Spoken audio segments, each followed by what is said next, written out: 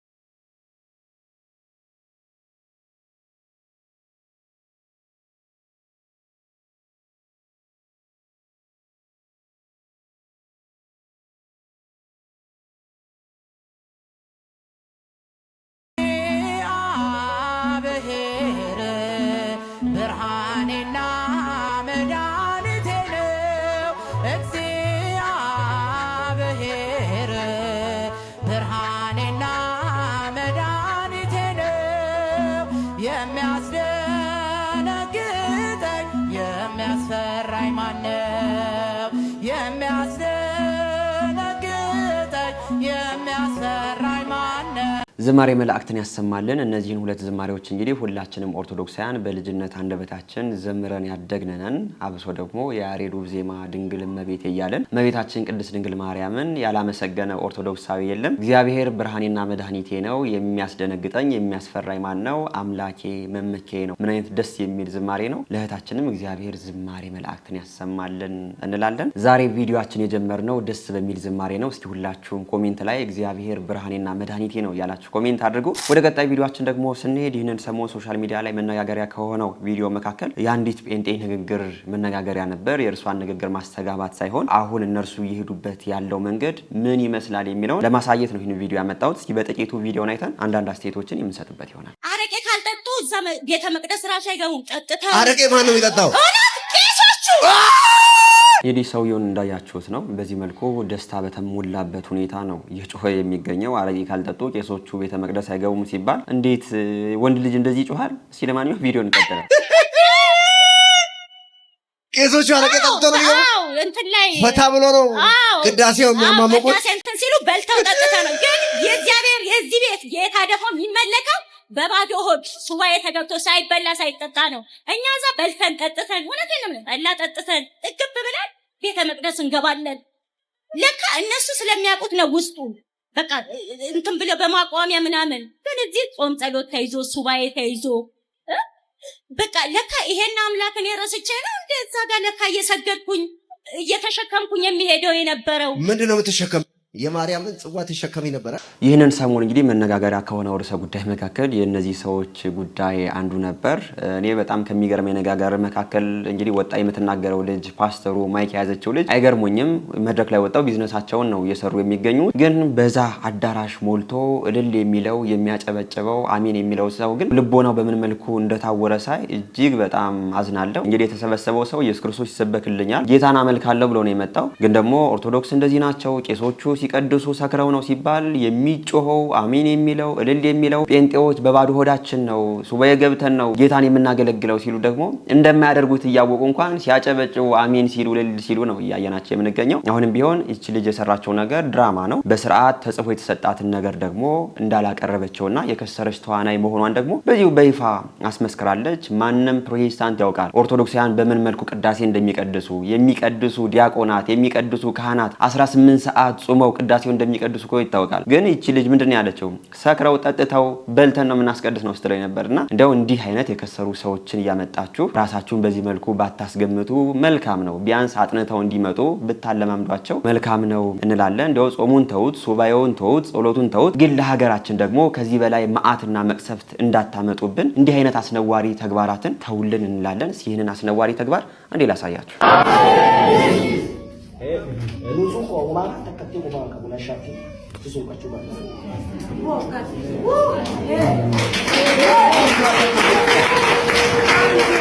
በዓለም ዙሪያ ያላችሁ ኦርቶዶክሳውያን ይሄ ቪዲዮ በተቻለ መጠን ፓወር እንዲኖረው እንዲሄድ ሼር አድርጉልኝ። በደንብ ሼር አድርጉልኝ። 5 ጊዜ ሼር አድርጉልኝ፣ ቪዲዮ እንዳይወርድ ማለት ነው።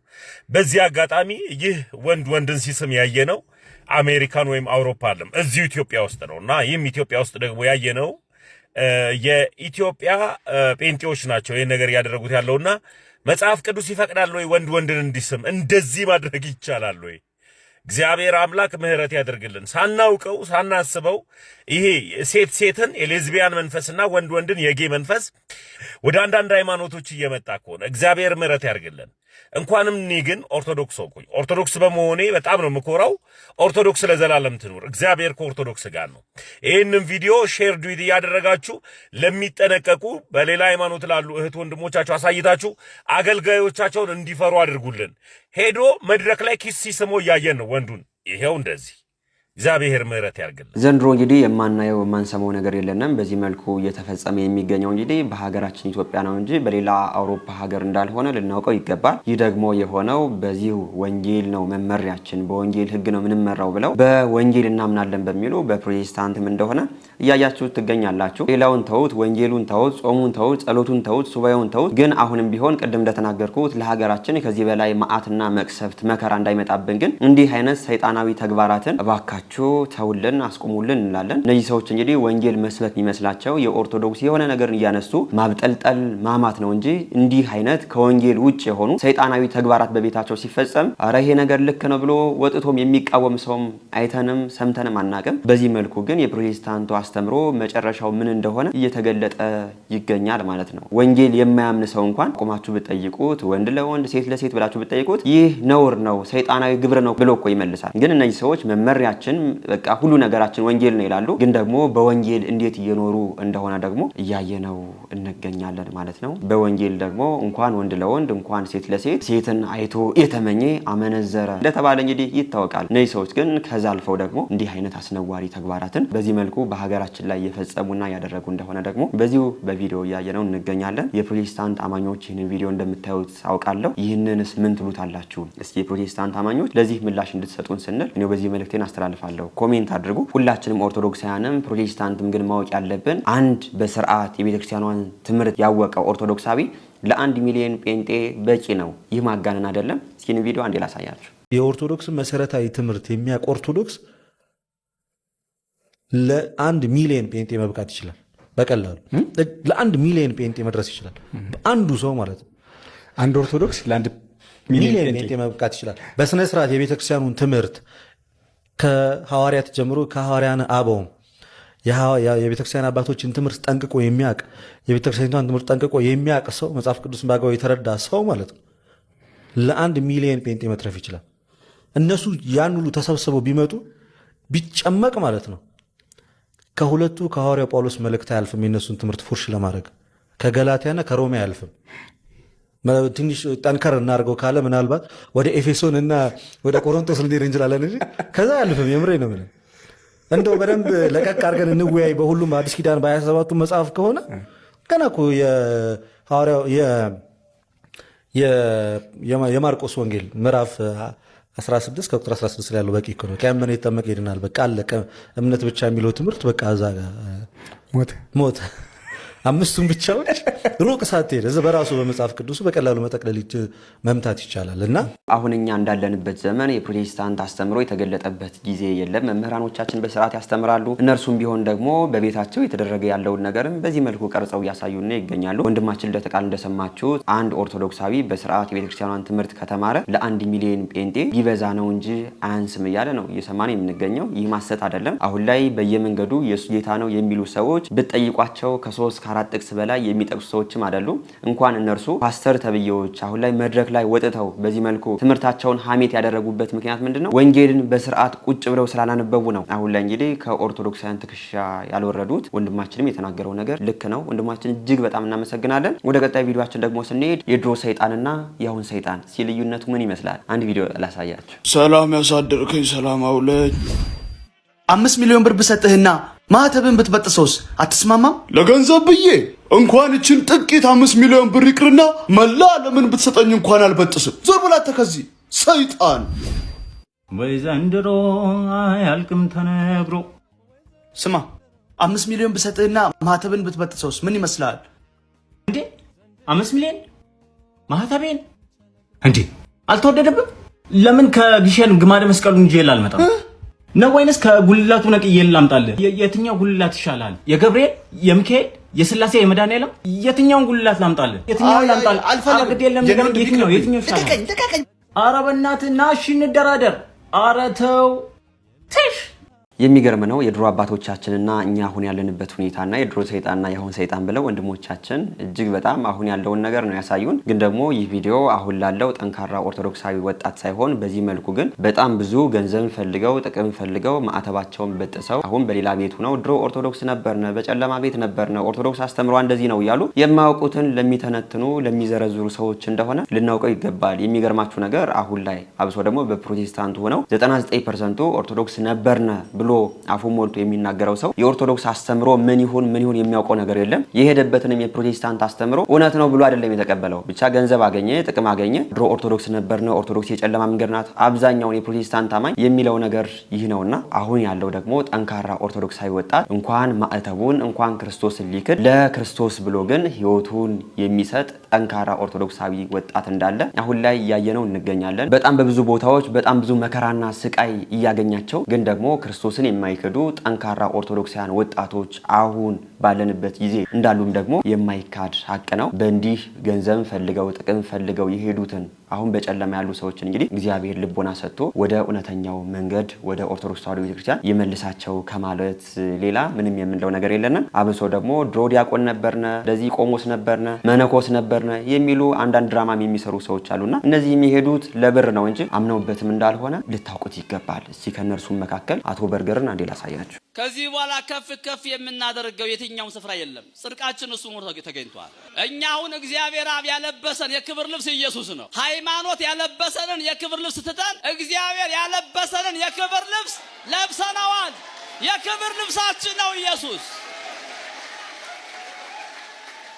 እንግዲህ እና አቶ በርገርና የአቶ በርገር ትልቅና ትንሽ ወንድሞች አሁን ላይ ስለ ኦርቶዶክስ ተዋሕዶ ቤተክርስቲያን በዚህ መልኩ ቆመው ሲናገሩ የምናያቸው የሄዱበትን ቦታ አምነውበት ሳይሆን ብቻ ጥቅምና ገንዘብ ፈልገው ስጋዊ ፍላጎታቸውን ለማሟላት ፈልገው እንደሆነ ሁላችንም እናውቀዋለን። ደግሞም ራሳቸውን በአፋቸው የተናገሩት ነገር ነው። እኔ በቃ በርገሬን እየበላው ቁርጤን እየበላው ዘና ብዬ ነው ኢየሱስን ማምለክ መፈልገው፣ ስግደት፣ ጾም፣ ሱባኤ አልፈልግም እያለ እንግዲህ ይህ ሰው ቃል በቃል እንግዲህ ሲናገር ሰምተነዋል። አሁን ደግሞ የሃይማኖት ልብስን አውልቀን መጠናል እያለ የለበሰው ልብስ ግን በኢትዮጵያ ኦርቶዶክስ ተዋሕዶ ቤተክርስቲያን የቆሞሳት የሆነውን ልብስ ነው ለብሶ የምናየውና ይህን ልብስ ይሰው ተሳስቶ አያወልቀውም። የማያወልቅበት ዋና ምክንያት ግን እንዲያው የሄደበትን የፕሮቴስታንት ሃይማኖትን የሚገልጽ ሆኖ ሳይሆን ግን ደግሞ ቢዝነሱ ከእርሱ የሚሞላው በለበሰው ልብስ እንደሆነ ነው ያየነው የምንገኘው። በዛም ያለው ሰው አላዋቂነቱ በዚህ መልኩ ይገለጻል። ለምን እነዚህ ሰዎች እውነተኛ አማኝ ከሆኑ በቃ ይህ ልብስ አሁን እነርሱን አይወክላቸውም አይደል? በቃ ይህ ልብስ እኛን አይወክለንም፣ እኛ መማር ያለብን ወንጌል ነው ማለት ነበረባቸው።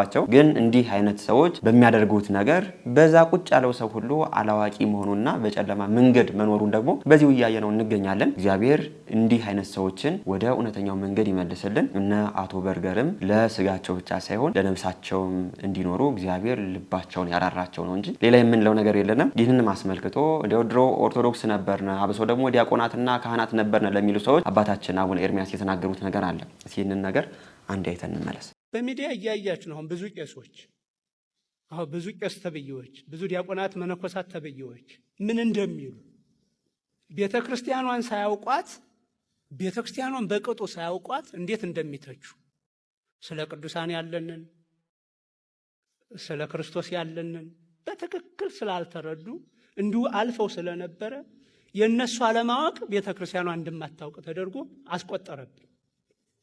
ስለዚህ መምህራኑ የትርጓሜ መምህራኑ የቴዎሎጂ ምሩቃኑ መገናኘት አለባችሁ። ጩኸቱን የምታስጠኑ ትኖራላችሁ፣ ትርጉሙን የሚያስጠኑ ጽንሰ ሐሳቡን የሚያስረዱ ሰዎች አብረው ጎን ለጎን ሊሄዱ ይገባል። የአብነት ትምህርት ቤትን እናደራጀው።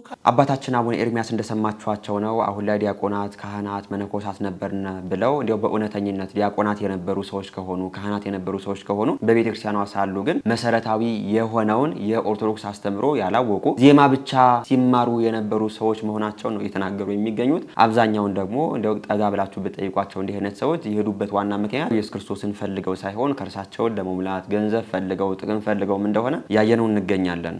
አብዛኛውን ሰው ጾም ሰልችቶት አብዛኛው እንደዚህ ስግደት ሱባኤ አልፈልግም ብሎ የወጣ ዲያቆን የነበረ ካህን የነበረ ሰው ነው የምናገኘውና እነዚህ ሰዎች እንግዲህ በቤተክርስቲያን ሳሉ መሰረታዊ የሆነ ትምህርት ምንም የሚያውቁት ነገር የለም። አሁን ላይ በዚህ መልኩ ልብሳቸውን አድርገው ሌላ ኦርቶዶክሳውያን ለማሳሳት ዲያቆናት ነበርነ እኛም ነበርንበት እንደዚህ ነው የጨለማ ህይወት ነው እያሉ ሲናገሩ ሰምተናቸዋል ማለት ነው። የነዚህ መንገድ ይህ ነው እያሉ አባታችን ነግረውናል። ወጣን የሚሉ ሰዎችን እንተውና አባታችን አቡነ ኤርሚያስ በንግግራቸው አሁን ያሉ ካህናትና ዲያቆናት መሰረታዊ የሆነውን የቤተክርስቲያናችን አስተምሮ ጠንቅቀው ሊያውቁ እንደሚገባ እየተናገሩ ይገኛሉ። ካልሆነ ግን በዚህ መልኩ ቤተክርስቲያናችን የጨዋታና የቧልት ቤት እንደምትሆን ልናውቀው ይገባል። ይህንን ሰሞን ሲዘዋወር የነበር አንድ ቪዲዮ አለ። እጅግ በጣም መላ ኦርቶዶክሳውያንን ያናደደ ቪዲዮ ነው። ይህ ቪዲዮንም አይተን አብረን አስተያየት የምንሰጥበት ይሆናል።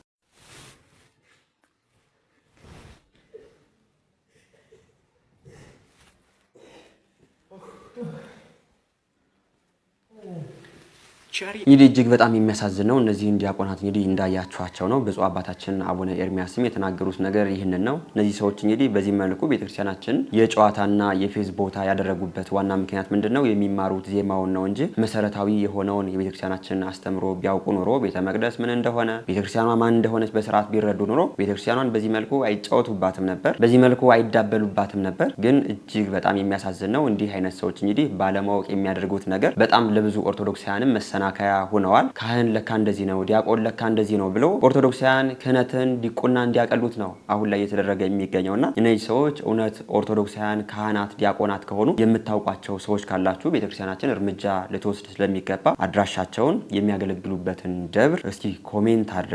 የተደረገው ነገር ግን እጅግ በጣም የሚያሳዝን ነው። አባታችን አቡነ ኤርሚያስም መስተካከል ያለበት ነገር ይህ ነው። እንዲህ አይነት ነገር ከተስተካከለ ሁሉም ዲያቆናት ሁሉም ካህናት በስርዓት በፈሪሃ እግዚአብሔር የሚያገለግሉ ይሆናሉ።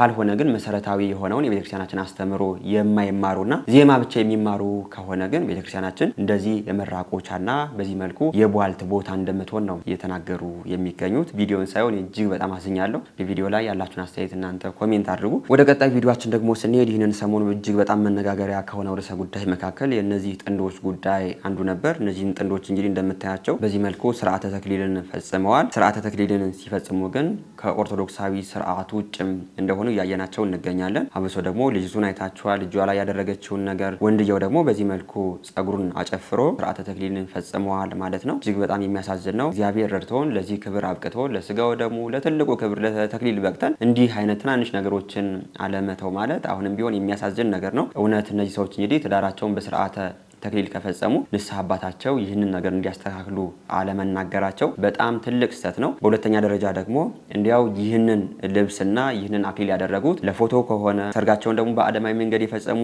እህት ወንድሞች ከሆኑ ደግሞ ይህ ነገር ልክ አይደለም። ለምን ይህ አልባስ እንግዲህ የቤተክርስቲያን አልባስ ነው። ቤተክርስቲያናችን ይህንን አልባስ ደግሞ የምትጠቀምበት ልጆቿን በስርዓተ ቁርባንና በስርዓተ ተክሊል ሲያገቡ ነው እንጂ ለማንኛውም አለማዊ ሰርግ እንግዲህ የምትጠቀምበት ልብስ እንዳልሆነ ልናውቀው ይገባል።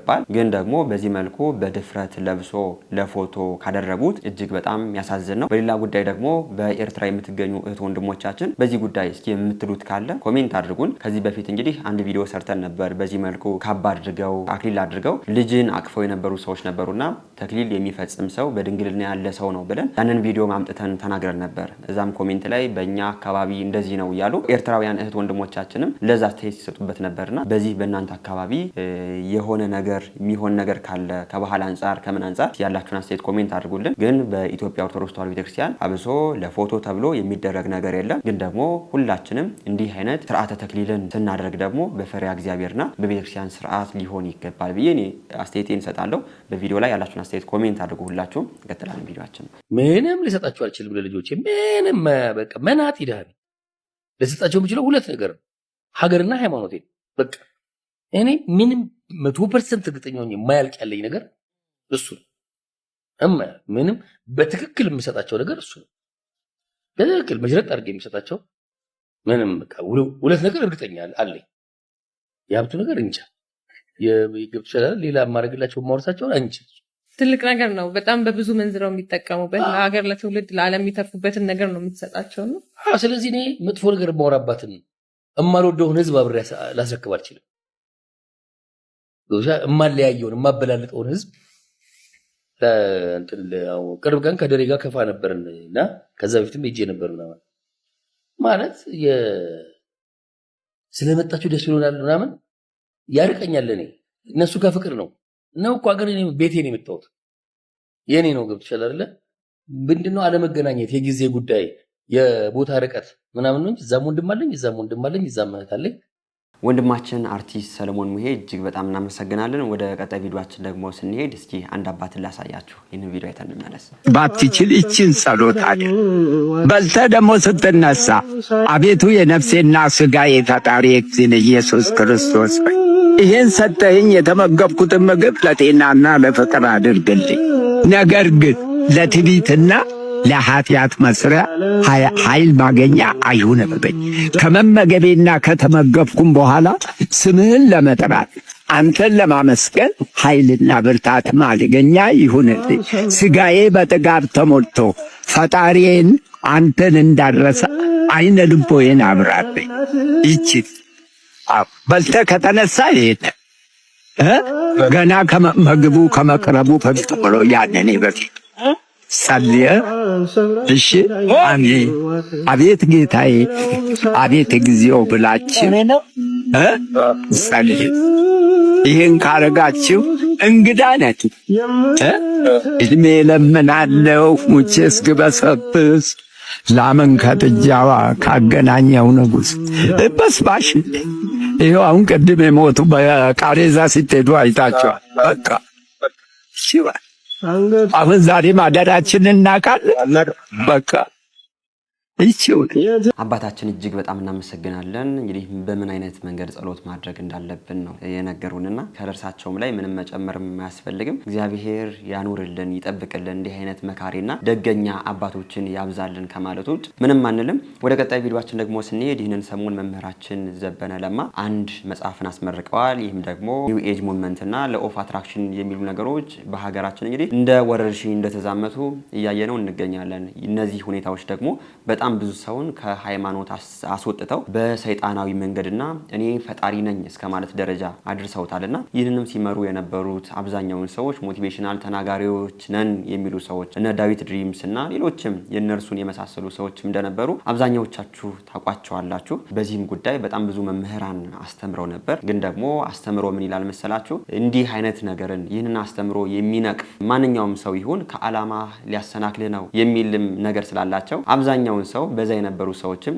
እንዲህ አይነት መምህራን ሲያስተምሩ በቃ አስተምሮ ላይ እኔ ከዓላማዬ ሊያሰናክለኝ የመጣ ነው እኔ እንዳይሳካልኝ ሊያደርግ ነው ይህን ነገር የሚናገረኝ ያሉ እንግዲህ አሁን ላይ ከእምነት ወጥተው ያሉ ሰዎችንም እናውቃለንና ይህን አስመልክቶ መምህራችን የጻፉት መጽሐፍ ይህንን ሰሞን አስመርቀዋል። በመጽሐፍታቸው ምርቃትም ስለ ኒው ኤጅ ሙቭመንት ይህንን ነገር ተናግረዋል። እስኪ በትንሹ ይህን ነገር ላሰማችሁ። የታመመ ሰው ሄደ እንዳትጠይቅ። በሲክሬትና በኒው ኤጅ ሙቭመንት አንዱ ትልቁ ነገር በፍጹም የታመመ ሰው እንዳትጠይቅ።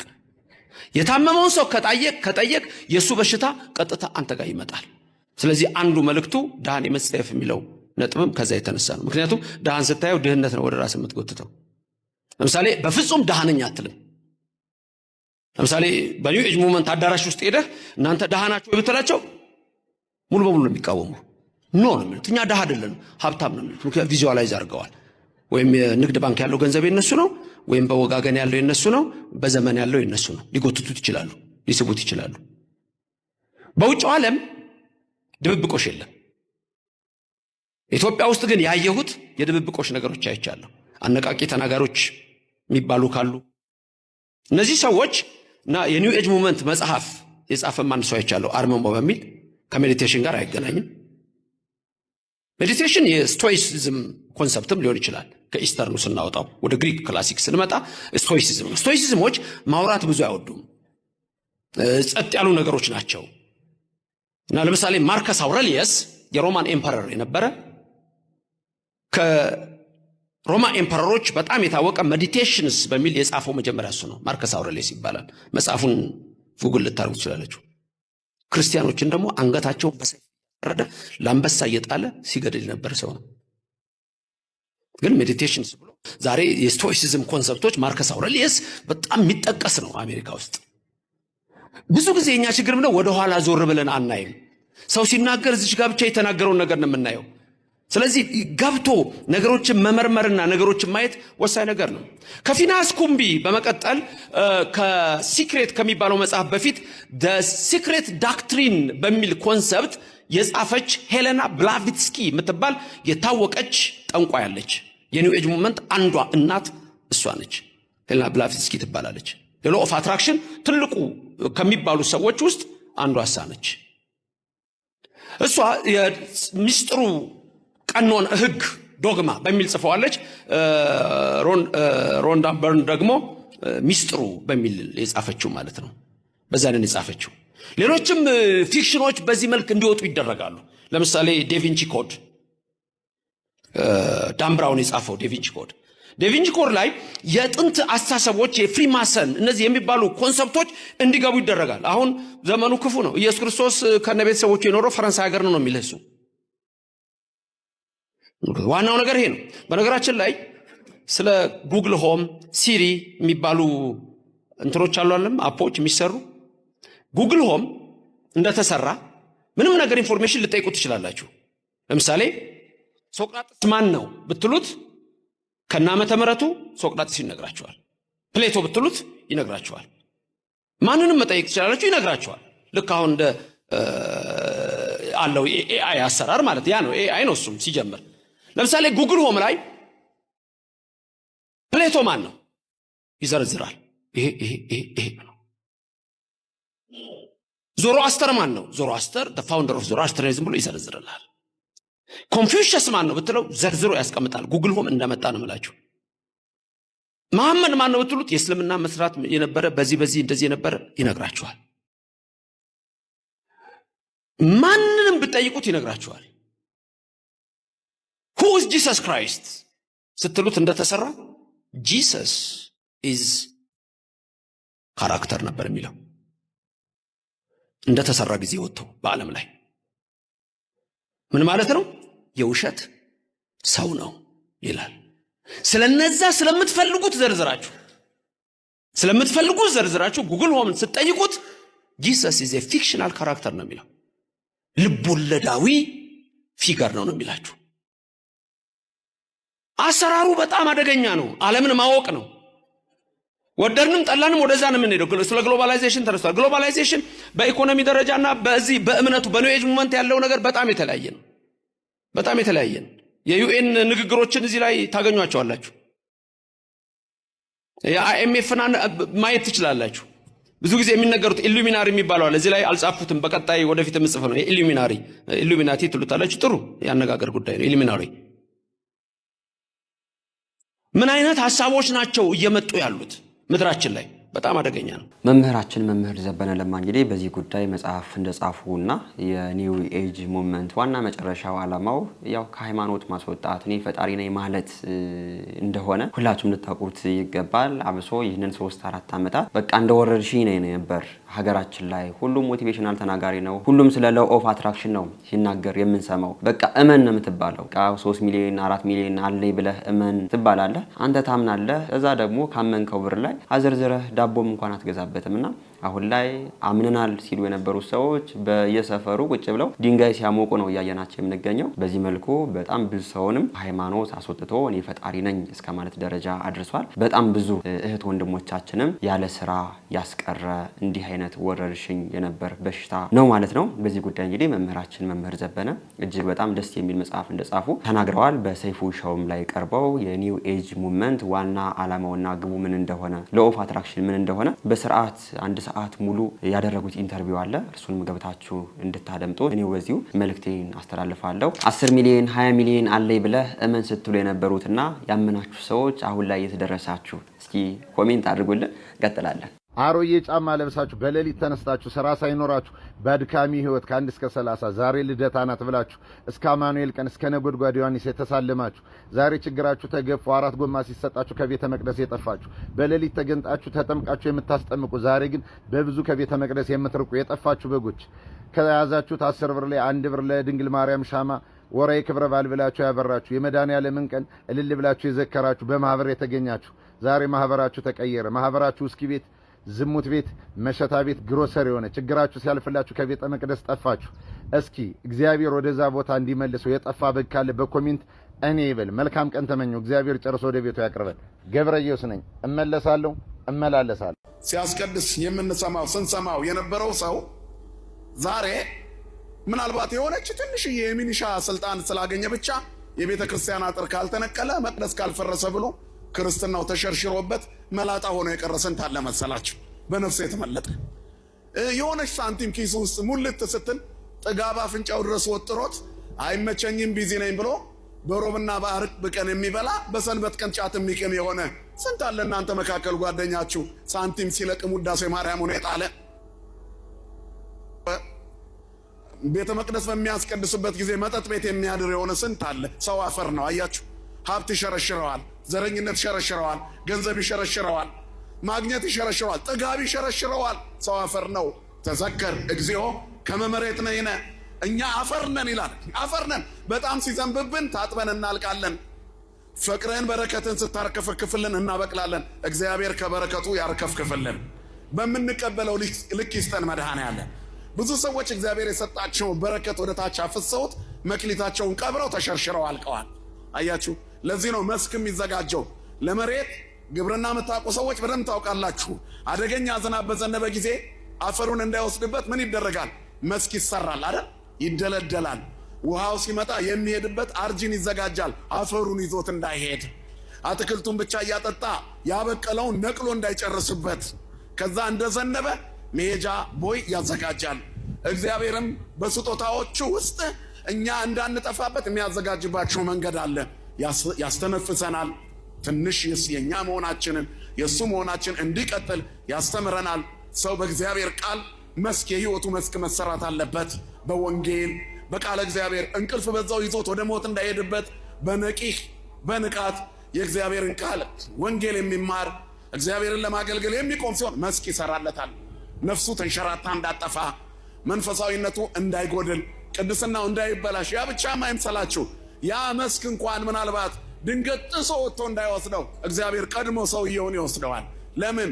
እንደረከሰ ወደ ሲኦል እንዳይገባ የሚወደውን በቅድስና እያለ የመውሰድ ጠባይ አለ። እናመሰግናለን መምህራችን። እንግዲህ በሆነው ባልሆነው ምክንያት ከእግዚአብሔር ቤት ለራቅን ሰዎች እንግዲህ እግዚአብሔር በምሕረት ዓይኑ አይቶ ወደ ቤቱ ይመልሰን ከማለት ውጭ ሌላ ነገር የምንለው ነገር የለንም። መምህራችን ቃለ ሕይወትን ያሰማልን። ወደ ቀጣይ ቪዲዮአችን ደግሞ ስንሄድ ይህንን ሰሞን 44ኛው ሰበካ መንፈሳዊ ጉባኤ እንግዲህ እንደተደረገና በጣም ብዙ ሪፖርቶች እንደቀረቡ በጣም ብዙ አባቶችም እንደተናገሩ ሰምተናል። ከዛ መካከል እንግዲህ አባታችን አቡነ ኤልያስ የተናገሩት በጣም ደስ የሚል ንግግር አለ። እስኪ እሱን አይተን እንመለስ። ኬንያ፣ ኡጋንዳ ብትሄዱ ሐኪም ቤት አላቸው። እኛ በዘመናችን እንኳን በአዲስ አበባ ቀርቶ በእያንዳንዱ ክፍለ ሀገር ሐኪም ቤት ሊኖረን እኮ ይችል ነበረ። ከልባችን ብናስብ፣ ከልባችን ብንነሳ፣ ከልባችን ብንሰበሰብ ኑሮ ሐኪም ቤት፣ ትምህርት ቤት ሊኖረን ይችል። አፍሪካውያን አሁን ኬንያ ባለፈው ዓመት ስሄድ 2 ሐኪም ቤት አላቸው ኬንያ።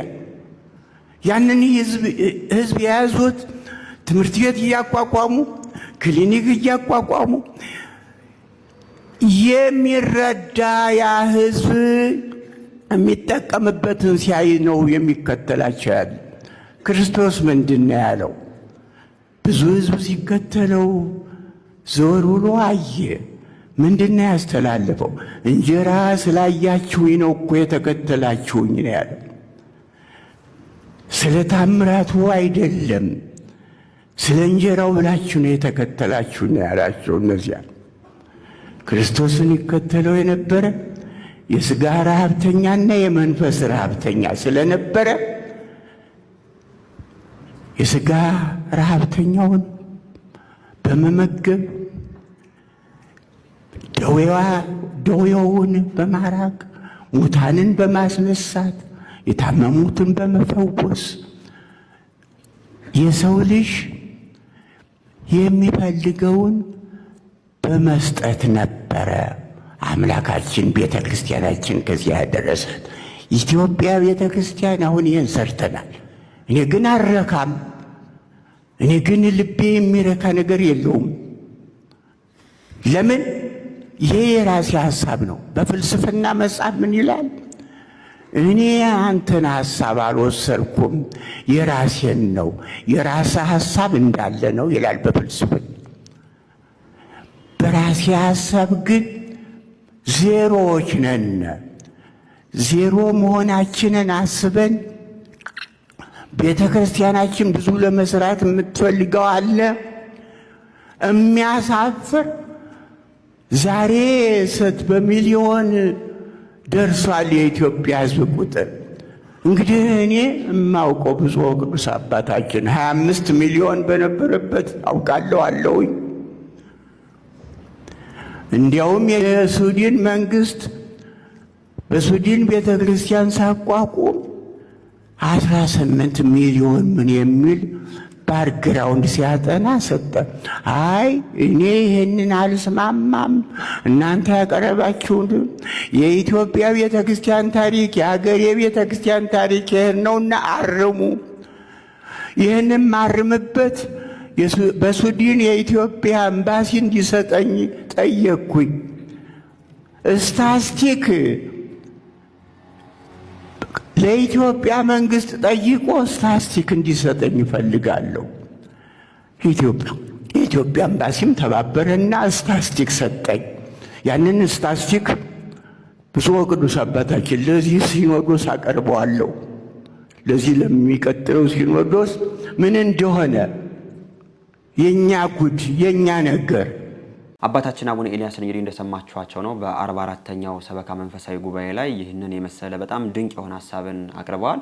ቤተክርስቲያናችን ምን መስራት ነበረባት፣ በምን ዘግይታለች፣ በሌሎች ሀገራት ቤተክርስቲያኖች ምንድነው የሚሰሩት የሚለውን ነገር ነግረውናል። ቤተክርስቲያናችን ግዴታ ትምህርት ቤትና ሆስፒታሎች ያስፈልጋታል። የሚገርመው ነገር አሁን ላይ በጣም ብዙ ኦርቶዶክሳውያን እናትና አባቶች ከፍለው እንኳን ልጃቸውን ማስተማር እጅግ በጣም አቅቷቸዋልና ቤተክርስቲያን ገንዘብ መሰብሰብ ብቻ ሳይሆን የኦርቶዶክሳውያንን ልጆች ሰብስባ ልታስተምርና ኦርቶዶክሳውያንን ደግሞ ሐኪም ቤት ከፍታ ልታክም እንደሚገባ ነው በዚህ መልእክታቸውን ያስተላለፉት። እንዲህ አይነት ደገኛና አሳቢ የሆኑ አባቶችን እግዚአብሔር ያብዛልን። አባታችን በተናገሩት ነገር እስኪ እናንተም ያላችሁን አስተያየት ኮሜንት አድርጉልን። በ44ኛው ሰበካ መንፈሳዊ ጉባኤ ላይ አባታችን እንዲህ አይነት ድንቅ የሆነ ነገርን አቅርበዋል። የአባታችን በረከታቸው አይለየን እንላለን። የዛሬ ቪዲዮዎቻችን እንግዲህ እነዚህ ይመስሉ ነበር። ወቅታዊና አስተማሪ እንደነበሩ አልጠራጠርም። በንግግሬ ግን ያጠፋሁት ነገር ካለኝ ኮሜንት አድርጉኝ። ሁሌም ቢሆን ለማስተካከል ዝግጁ ነኝ። ዛሬም እንግዲህ እንደ ሁሌው ጥያቄ አዘጋጅተናል። ጥያቄያችን ትንሽ ብትሆንም የ200 ብር ካርድ ታሸልማለች። እስኪ ጥያቄውን አይተን እንመለስ። የዛሬ ጥያቄያችን ሐዋርያው ቅዱስ ጳውሎስ 2 ጊዜ መልእክት የጻፈላቸው ለየትኞቹ ነው?